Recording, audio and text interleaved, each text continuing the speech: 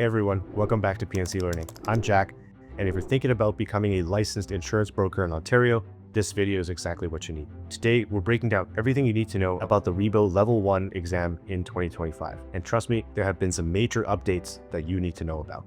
By the end of this video, you'll understand what's on the exam, how to prepare for it, and the best strategies to pass on your first try. So let's dive in. First things first, what exactly is a RIBO Level 1 license? So think of it as your golden ticket to the insurance industry in Ontario. This certification proves you meet the professional standards to give clients confident and informed advice about their insurance products. Once you pass, you'll be able to sell things like home insurance, business insurance, auto insurance, travel insurance, and liability insurance. The one exception is life insurance. That requires a different license entirely. But honestly, between these 5 types of insurance, there's plenty of money to be made and plenty of business to do. So here's what's crucial.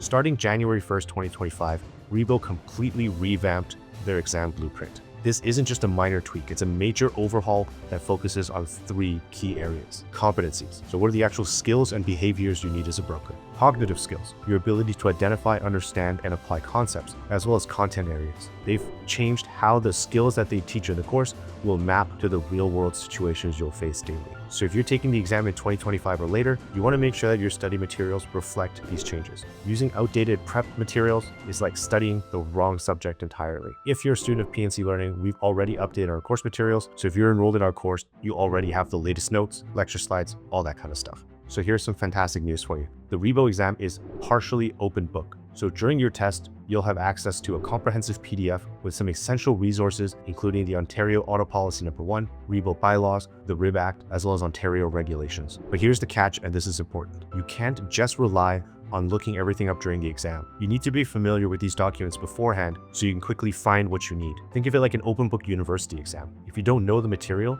you're going to run out of time searching for answers. Okay, now let's talk numbers. The RIBO Level 1 exam consists of 2 things. 100 graded multiple choice questions plus 15 ungraded pilot questions that are mixed in throughout. You'll need a 75% to pass, and you have exactly 3 hours to complete it. These pilot questions are testing future exam content, so they don't count towards your score. But the catch is, during the exam, you won't know what are actually graded questions versus the pilot questions. So my advice is to treat every question like it matters. Time management is going to be absolutely crucial here. Now let's break down what you're actually going to be tested on. So the exam focuses heavily on personal lines with some basic commercial questions thrown in. So here's your study priority list. 25% of your exam is going to be based on general insurance knowledge. This covers things like the types of insurers, insurance terminology, contract basics, and the RIB Act. The next 25% of your exam is going to be based on personal lines or home insurance. So these would be things like homeowners policies, tenant insurance, condo coverage, liability, and fire coverage. The next 25% of your exam is going to be on personal lines auto insurance. So this is huge. You're going to need to know things like OAP1, OAP6, and OPF2 inside and out. The next 25% is going to be commercial lines. So this covers things like commercial property, CGL, business interruption, and commercial auto. And the last 5% of your exam, that's travel insurance. This is the smallest section, but don't ignore it completely. So if you'll notice, 75% of your exam here is actually based on personal lines topics. This is where you should spend most of your study time, especially on habitational and auto insurance policies. Okay, now let's talk strategy.